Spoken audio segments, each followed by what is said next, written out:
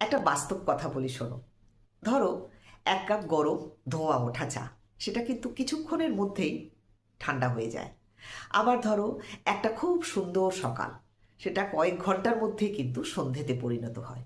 আবার একজন খুব সুন্দর স্বাস্থ্যবান মানুষ, সেটা কয়েক বছরের মধ্যেই সেই মানুষটা বুড়ো হয়ে যায়।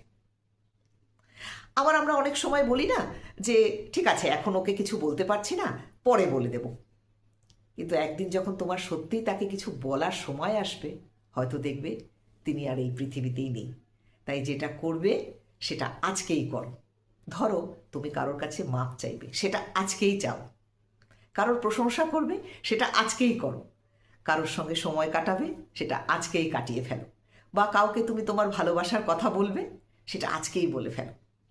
কেননা একটা সময় আসবে, এটা তখন তোমার কাছে একটা বাহানা হয়ে দাঁড়াবে, যে বাহানা তোমার মনে কখনো থাকবে না।